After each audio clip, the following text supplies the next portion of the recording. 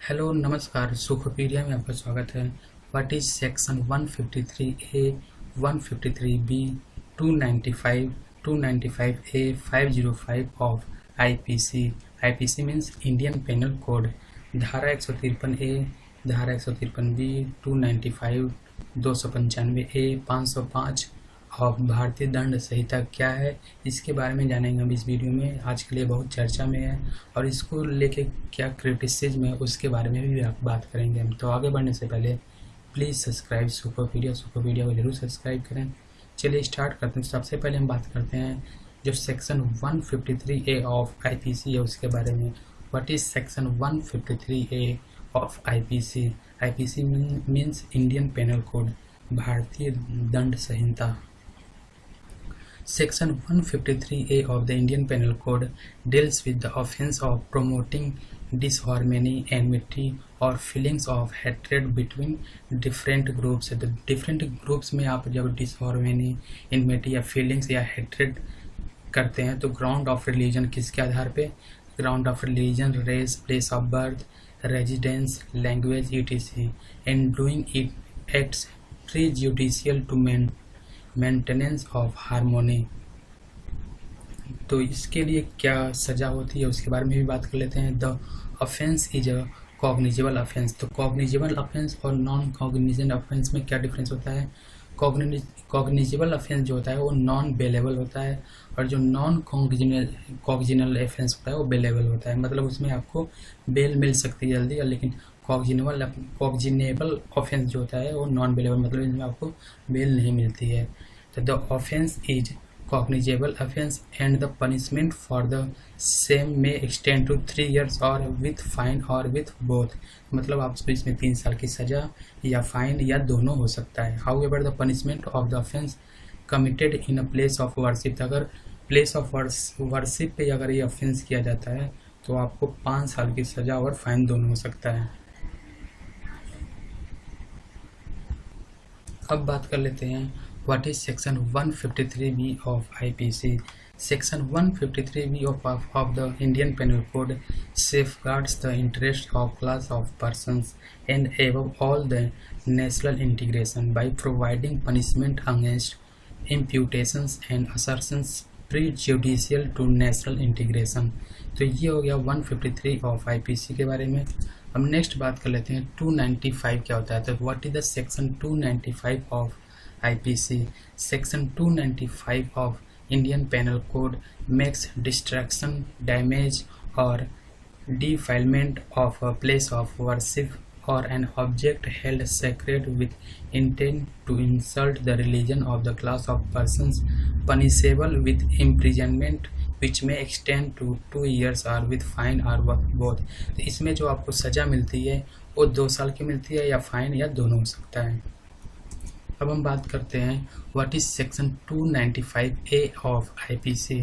तो जो section 295A of IPC होता है is a variant of blasphemy law. तो ये एक तरह से मान सकते हैं कि भारत में तो वैसे कोई ब्लास्फेमी लॉ है नहीं, लेकिन एक वेरिएंट मान सकते हैं। It allows punishing of any deliberate and malicious acts that are intended to insult the region of religious beliefs of certain class of citizens। तो इस सेक्शन के अंदर जो सज़ा होती है उसको देख लेते हैं। The offence under section 295A क्या है? ए भी कॉग्निजेबल है और नॉन बेलेबल है। मतलब नॉन कॉग्निजेबल और कॉग्निजेबल के बारे में मैंने तो आपको बता दिया था कि जो कॉग्निजेबल होता है वो नॉन बेलेबल होता है और जो नॉन कॉग्निजेबल होता है वो बेलेबल होता है। मतलब उसमें बेल मिल सकती है लेकिन कॉग्निजेबल में बेल नहीं मिल सकती है। तो the offence under section 295A is cognizable and non bailable and non compoundable offense। The police are authorized to arrest a person charged under section 295A with a warrant। तो warrant के साथ इसमें आपको arrest कर सकती है और ये कॉग्निजेबल ऑफेंस होता है। अब बात कर लेते हैं what is section 505 of IPC. Section 505 of the IPC is aim to check and punish the spreading of false and mischievous news intend to upset the public tranquillity. तो अगर जो फॉल्स, अगर कोई भी पर्सन है और वो फॉल्स न्यूज अगर स्प्रेड कर रहा है चारों तरफ कि अपसेट द पब्लिक ट्रैंक्विलिटी, तो उसमें ये धारा लगती है। कौन सी? Section 505 of IPC. इसके लिए क्या सजा है उसको देख लेते हैं हम। The offence shall be punishable with imprisonment which may extend to 3 years और विथ फाइन और बोथ। इसमें 3 साल तक की सजा है, या दोनों, फाइन भी हो सकती है या दोनों हो सकता है। अब इसके रिगार्डिंग जो ये सारे धाराएं हैं, मतलब सेक्शन है जो आईपीसी के, इसके रिगार्डिंग जो क्रिटिसिज्म है उसके बारे में देख लेते हैं। क्या क्या criticism? The criticism against this sections of IPC have been criticized on the ground that they are misused to encroach upon fundamental right of freedom of speech even when a person express conflicting viewpoint।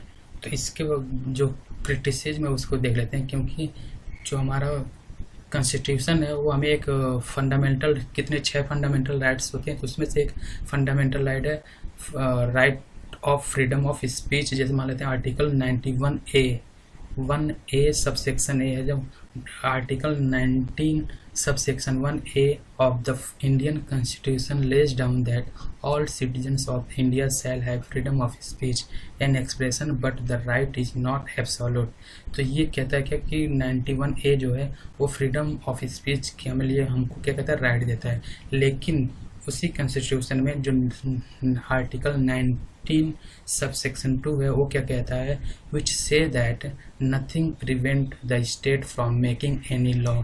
तो article 19 subsection 2 क्या कहता है कि state को कोई भी law बनाने से कोई रोक नहीं सकता है, कोई prevent the state from making any law in the interest of the sovereignty and integrity of India. तो गवर्नमेंट इस पे स्टेट का मतलब गवर्नमेंट जो है वो लॉ बना सकती है in the interest of sovereignty and integrity of India. तो ये आज हमने जाना कि सेक्शन जो है, सेक्शन क्या होता है वो आईपीसी के लिए होता है, और आर्टिकल क्या होता है कॉन्स्टिट्यूशन में यूज करते हैं। तो इसमें कंफ्यूज मत होइए, क्योंकि अनुच्छेद जो होता है वो कॉन्स्टिट्यूशन के लिए होता है, और जो धाराएं यूज होती है वो आईपीसी के लिए होती है। तो आज हमने डिस्कस किया जो आईपीसी की भारतीय दंड संहिता की जो धाराएँ हैं 153A, 153B, 295, 295A और 505 क्या है, और इसके रिगार्डिंग जो क्रिटिसिज्म है वो क्या है। नाउ प्लीज़ सब्सक्राइब सोफोपीडिया को जरूर सब्सक्राइब करें। Thank you.